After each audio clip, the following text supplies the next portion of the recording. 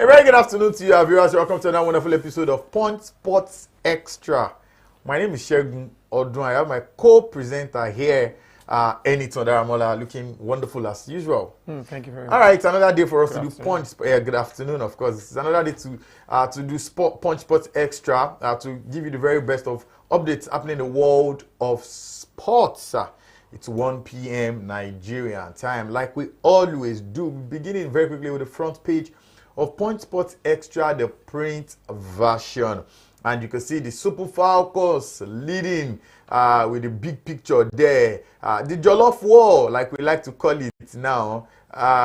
Nigeria versus Ghana is friendly just before the WAFCON begins. Guess what? The Nigerian Super Falcons won 3-1. It was 3-0 when I was observing. I divined it and then 3-1. And I was asking myself, oh my goodness, why did they allow them score? A penalty from assistant to Shuala, the returnee, a goal from captain Rasheedat Ajibade, and one other goal. It was 3-0 before somehow the Ghanaians got a goal. Anytime, just before we leave, the plane says, hey, it's time for us to go for our tents. And we are destroying Ghana. In the other game against these Europeans, we had a 0-0 draw.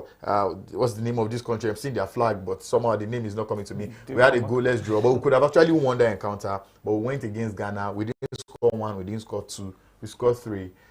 Are we ready for 10? Oh, well, I think absolutely we are ready for 10. But, this is a warm-up game. You understand? Let's not get too excited so that we don't get distracted, because excitement sometimes can bring distractions. However, you need to give kudos to the Super Falcons. We are like the queens. I don't want to use you can't use the word kings. We are like kings of, Africa. Of and, course. I'm going exactly. And La Decima, like you say, is just around the corner. However, don't get too distracted. We need to take everything one step at a time. It's just a warm-up game. When it comes to the major tournament, big business, different, entirely different. Underdogs can just, pop up, spring up, thank you very much, and then pull up unwanted surprises. However, if anything can actually, get it done, who else other than the Super Falcons? There's experience, there's exposure, and then there's youth. Fresh legs and all of that. Exactly. All right, let's see what happens. Still talking about the front page. We'll move over to the segment of transfers, even though there's a whole different segment for it later. We'll be talking about some other transfers. But this is the third bid. The Red Devils, Manchester United, are training for Brand Mbeumo, the Cameroonian, and it's becoming messy, this deal. Somebody said, if you want to get a player, get the player done in a week. Look at the way Chelsea did João Pedro, no noise. Other guys are doing other guys, no noise. But United must be the always. No. Because you don't know the the nitty gritty of this. You don't know. United wants the player. The player said yes to United. A player, he already said yes to United. And this deal should have been done and dusted. Then rumors started coming up that Tottenham were interested in the player, and it was just rumor. I felt that it was just, a tactic to get Manchester United to cough out more money for Brand Mbeumo. You understand? And I think, personally speaking, I think Brentford are, are just unfair in this treatment. They're unfair? Yes, I won't say. I understand that it's business, but when you have a player who has just 1 year left on his contract, and then you are trying to get almost 70 million, if I'm not mistaken, out of the player. He's their best player. He's their best player for they lost just Ivan Toney, one he season. became the key. For one season. Yes, I'm not undermining his capabilities, trouble. you understand? Oh, they'll definitely be in trouble when he leaves, and not just him. They already lost their coach, so they are trying to start off afresh. Look at what they are However, losing. they need to let this guy go. It's obvious he doesn't want to go to anything else other than Manchester United. Yeah. So let's just get this deal done and let's move on. There are other bigger deals that we are expecting, you understand? So I'm expecting this kind of saga should be for a player like, Osimhen. And not downplaying the abilities, or you understand, or the But it's supposed to be a straight deal. Exactly. The guy wants to come, get it United wants to Especially buy him. the fact that it's between, Premier League clubs. Let's just get this done and let's move Maybe on. 65, 70 million and, And I done. think Manchester United really needs to stamp their authority when it comes to things like this. Don't allow transfers to drag on like this. Yeah. If you have a certain target amount for a player and the club is, proving stubborn, walk away and get because Transfers. Can they afford to walk away? They can afford to walk away. It's Brand Belmo. It's Premier League tested. They need him next season. Shegun, permit me. They can't afford to walk away because when it comes to transfers, teams like Manchester, especially of the caliber of Manchester United, they have like a list. There's always somebody on top of the list. So ABC, and definitely B cannot be far worse. You understand when it comes to A. So if you are not getting A or they are trying to prove stubborn, move on. Always be the big, the big team that you should be. Otherwise, all other teams will do that. You understand? All right. Still talking about the front page. Moving on, even though Enito has mentioned his name already, he never gets out of the headline. In the last 1 year, if he goes out of the headlines, probably for a day or two, he comes back in it, either for good or for controversial reasons. Victor Osimhen, ex-African Footballer of the Year, and Napoli are already having him on their lineup for preseason. Tells you that, bro, if you are not getting somewhere else to go, probably you'll be coming back into the team. What was going on with Victor Osimhen? No. Conte collected his jersey number 9 from him. Said he was giving it to Lukaku. Out of respect, Lukaku didn't take it. Lukaku had a brilliant first season. Interestingly, to make things sweet, Conte won the Serie A. Now, Osimhen is here. Osimhen is there. Osimhen is... We don't know where he is. What's going on with Victor Osimhen? So, a quick one. Much respect goes out to Romelu Lukaku. Yeah. Big player, top player. He did absolutely well for Napoli last season. However, winning the Scudetto was not solely because of Romelu Lukaku. Yeah. You have to give kudos to a certain Scott McTominay, who actually won the best player of the season. Now, I said that because they had Osimhen had to leave. Osimhen is in the fray of these things. Yeah. So we won't say, oh, no, they didn't miss Osimhen. So they can actually do without Osimhen and they can do with Romelu Lukaku. Absolutely not. Osimhen is still Osimhen. Osimhen in that Napoli team will be a bigger threat. I'm not, playing down the fact that Lukaku is a big threat. You understand? That's why, I had to give kudos to him before I started making my comments. You understand? So regardless of whether they had Lukaku or not, Osimhen will be have been a pivotal player for Napoli, and he still is because he's still on their books. You understand? So they cannot, afford to make any mistakes when it comes to this transfer. So if we can't get enough for him, they can, as well. Now, the reason why Conte had to, take the jersey number off him was because he had a discussion with Osimhen, trying to persuade him to stay. Conte had no problem at all with Osimhen staying or coaching, but they already had. Conte said there was an agreement between Osimhen and the management that was going to leave. So exactly, yes. But So Quara was, and now Quara is gone. Even as the Champions League, Quara is at the World Club Cup. Quara's life is already blossoming. Victor is chilling in Lagos. No, try to get my point. So I'm just saying that, try to establish that. What's his name now? Antonio Conte had no problems with Osimhen. Osimhen had no problems. You understand? In short, he wanted Osimhen to stay, but after the discussion with Osimhen made it clear, and that's being truthful, and that's being plain. That's what you should expect of any professional, and that's the deal because of the bad blood with the management. Now, they cannot afford to let Osimhen leave. They tried to force him, let me use the reportedly, tried to force him out of the club to Saudi Arabia. Unfortunately, I think we really need to respect Victor Osimhen for making a stand despite multiple attempts. Pushing me off. Now, why am I saying this? I'm sorry I have to mention another name that would be, in the transfer discussion later, but I'm sorry I just have to mention this name. A certain Jean Duran is a few minutes away. Permit me to use that way, a few minutes away from Al Nassr. Because just after one season, you understand, and everybody people that were saying, "Oh, if not my brother, if not your brother, we not allow him to go." If after one season, if not my brother is now shipping back to Europe with Fenerbahce, you understand? Imagine. So you need to give kudos to a person like Osimhen for whatever it is. Exactly. But we'll talk about it in transfer segment because we can't talk about transfers right now in the world anywhere. Talk less of Nigeria and not mention an Osimhen transfer matter because it's like the hottest thing at the moment. But very quickly, the last thing for us on the front page this morning before we leave is that Uncle Kenneth, everywhere I hear them call him in Super Eagles settings, he says, senior man, Uncle Kenneth, bros. Kenneth Omero has gotten the club and is in Cluj Bros no dey comot. He just dey, Leganes at one point. Yeah, It was just this money. Make the money. Good one for Kenneth Omero. Absolutely. He's in Cluj right now. One of the guys that won the AFCON for us in 2013. Now, bros, OG. Because respect. None of these guys was playing then in 2013. AFCON, none, not Osimhen, nobody in the Super Eagles, not even Ekong, who used 10 years in 2015. None. It just so is a real. I think Ahmed Musa. Yes, Ahmed Musa was in that. Oh no, obviously. Ahmed Musa was in that because Ahmed Musa has been going to World Cups and all that. But good one for Kenneth Omero, back on the European scene. At all. You collect your money. Nine bad pass.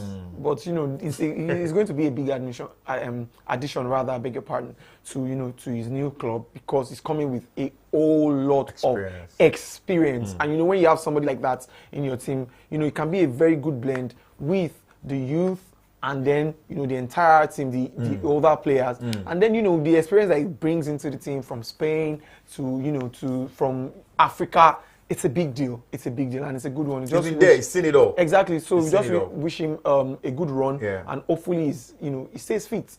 That's most thing about Cluj. They're always in Europe.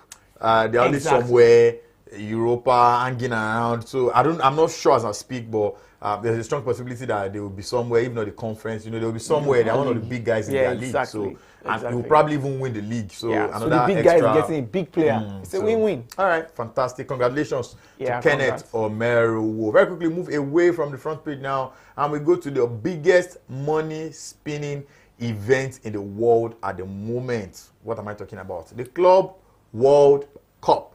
The big boys are being separated from the boys at the moment because, of course, for you to be at the Club World Cup, you should be a big boy. So the big boys are being separated from the other boys. We saw what happened over the weekend. The knockout segment is here, and let's talk about Messi and his guys. Inter Miami getting knocked out by Paris Saint-Germain. 4-0 it was in the first half. I was expecting a drubbing, so I took out my AirPods, left the movie I was watching as I was watching the game, thinking that perhaps we'll get to it. A record will be set today that a team Messi is in is getting better. I don't think Messi's been in any team that gets beaten 6-0. So I was really looking up. Was he not in that team that Bayern Munich, the Barcelona team? 8-1 now. Was it not 7? No, it was 7-1. Was it 7 or 7-2? So they were dropped. They were like... Yeah, they were properly beaten. I was expecting... 8-2. So they 8-2. It was 8-2. Yeah, so when I saw 4 in the first half, I was thinking maybe we'll see another 3 or maybe 4, maybe God knows 5. Me, I was just Oteism. But at the end of the day, like a friend of mine said, you don't even in any way expect Inter Miami to beat Paris Saint-Germain. But it was a good show. The big boys indeed showed themselves. There was João Neves, there was Vitinha, Messi showing flashes, and Luis Suarez. But I never did the best team won. Oh yeah, absolutely. The best team won. The European champions, won. Like you said, you don't expect, an Inter Miami to, against PSG. However, there are days where you'd expect, an upset and things like that. But, you can't just, take it away from them. I know, some people like you have been making it a case of Messi's Inter Miami. You understand? But then he doesn't own the club. But however, because he plays for Inter Miami. When he was scoring that free kick, it was Messi's Inter Miami. Oh well. But then, permit me, a certain Zlatan Ibrahimovic that come to the rescue of Lionel Messi, saying it wasn't the rescuer. Yes, you understand. Saying it wasn't Messi's fault. Yeah, Messi that was played against. Oh my goodness, But I did not expect that comment. You don't make a mess of somebody's teammates. People make their living from oh man, you don't make a mess of that. But that's just classic Zlatan, I guess. Exactly, Inter Miami are out of the Club World Cup. Yeah, they made some good money though. Group stage, if you get a win, 2 million. If you get a draw, 1 million. If you lose, nothing. And they did get some wins. I think a win and a draw, exactly. And then they qualified to the next round. I think that was about was it not 10 million? Yeah, I think about $10 million for qualifying. So it's like any game you win, just the money spinning. I wish a Nigerian team was in this tournament.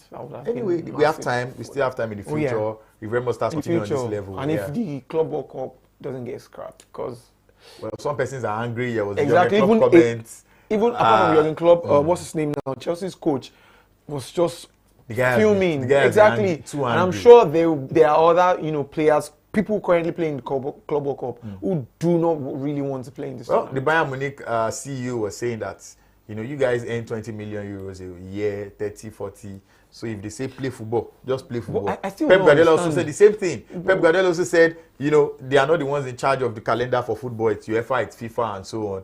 And that the guys in charge, whenever they create it, they have to follow. What I still don't get is the fact that you still play the Champions League and then you go for a Club World Cup tournament, more like you're playing a World And there will be bonuses for these guys, though. Well, okay, well. Perhaps it's not always about it's not money. For everybody, though. It's for the teams But that I think are it's good enough to qualify. It's good for teams from Africa, from other leagues like the American League, exactly, and Brazil to come participate, and then you get to see some talents. It's I good. really know it's who's good. Exactly. All right, talking about talents, talking about Brazil, like Anyton was making mention of. I was expecting a fantastic game in the encounter between Flamengo and Bayern Munich, and indeed, it was football, the best of football on display. But at the end of the day, the best team as well won, created more opportunities, were more clinical, had better players. But at the end of the day, I think it's congratulations to Flamengos. They did put up a fantastic display. But hey,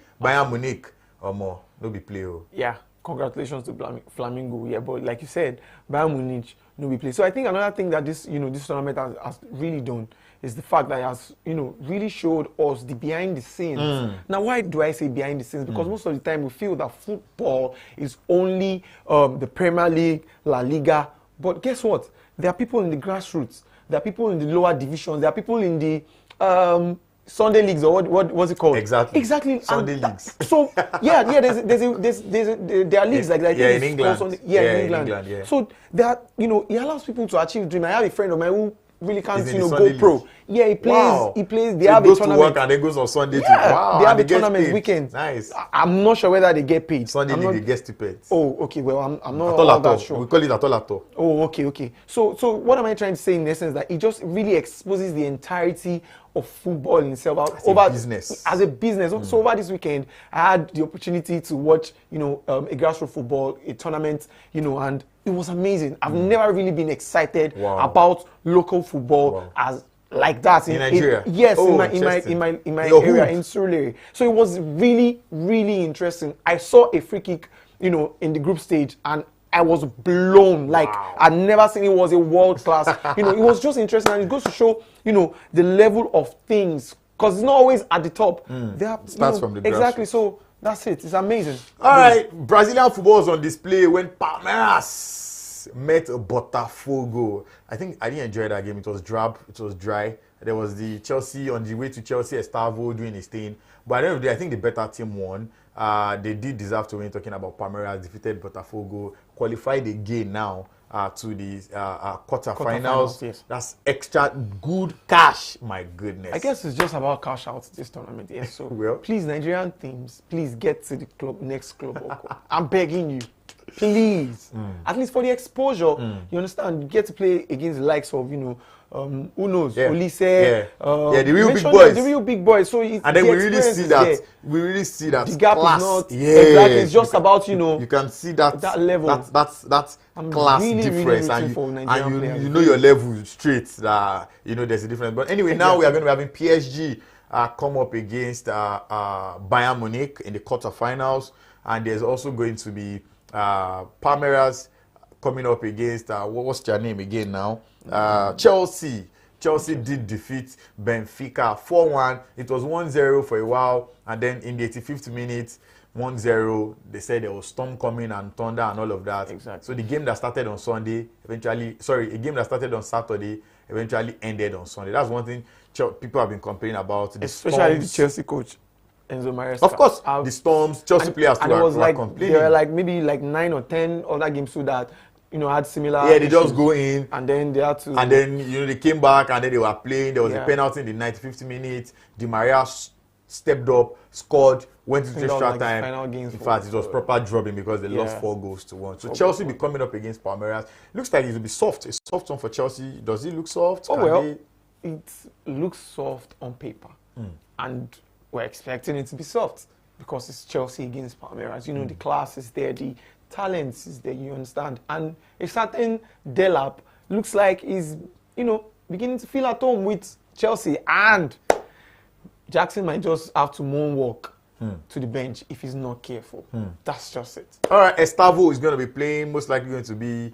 And he's supposed to be joining Chelsea in July. Oh yeah. And the contract he has is that he joins in July. So it remains to be seen if he had indeed played his last game for his club, especially now that he's even going to be playing against Chelsea. We see what happens there. But the young lad, great lad, showed some skills, showed brilliance. Still very young, and if he's properly molded, he may be a star. Has Chelsea been able to get all these players? Really need to look at Chelsea, and then again, I think they have like 5 players who were from Manchester City Academy. Interesting.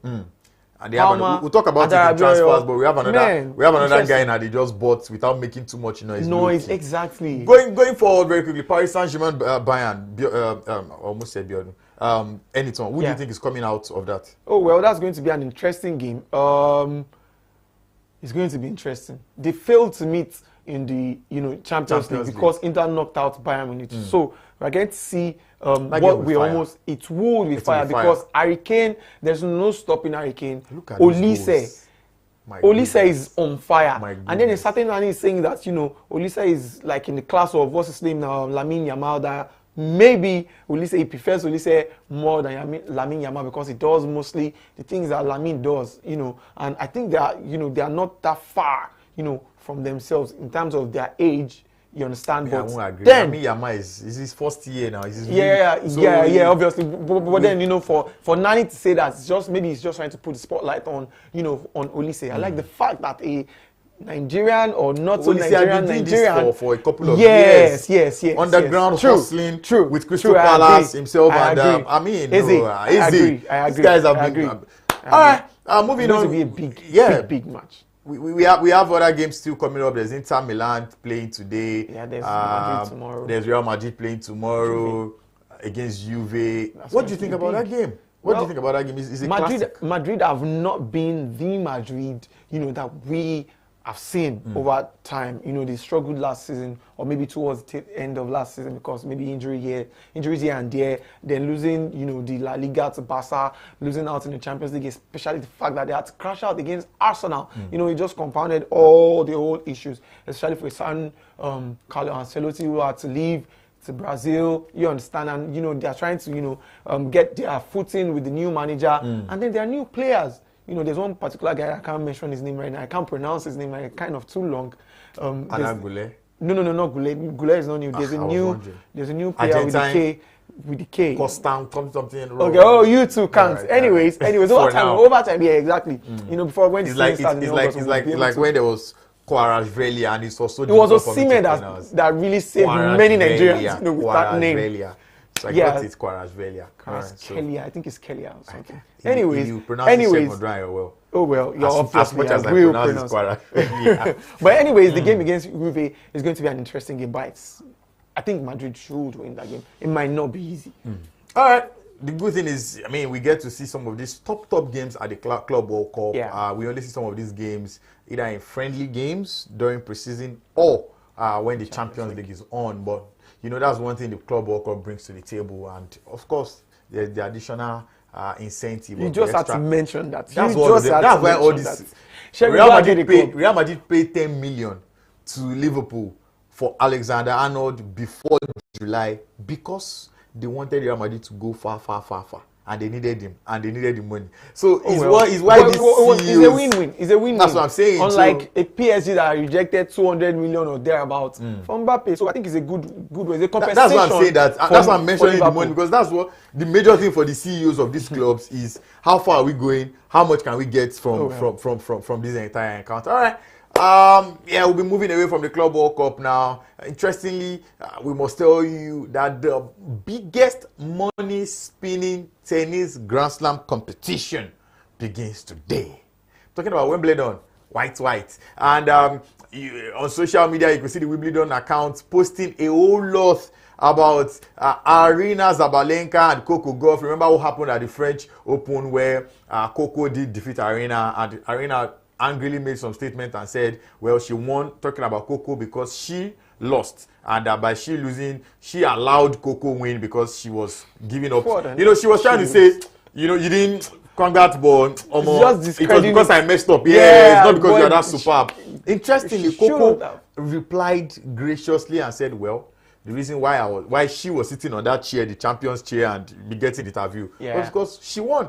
One way or the other, if it's your fault, congratulations to you. But it's your problem. I mean, the fault. But funny enough, they've been able to make amends at preparation for Wimbledon. The girls have been doing TikTok videos. Their videos have been going viral. Comments, boom, and it looks like they're cool. Coco has said she has apologized. I'm good. You know when they say breakfast is not anybody's meat.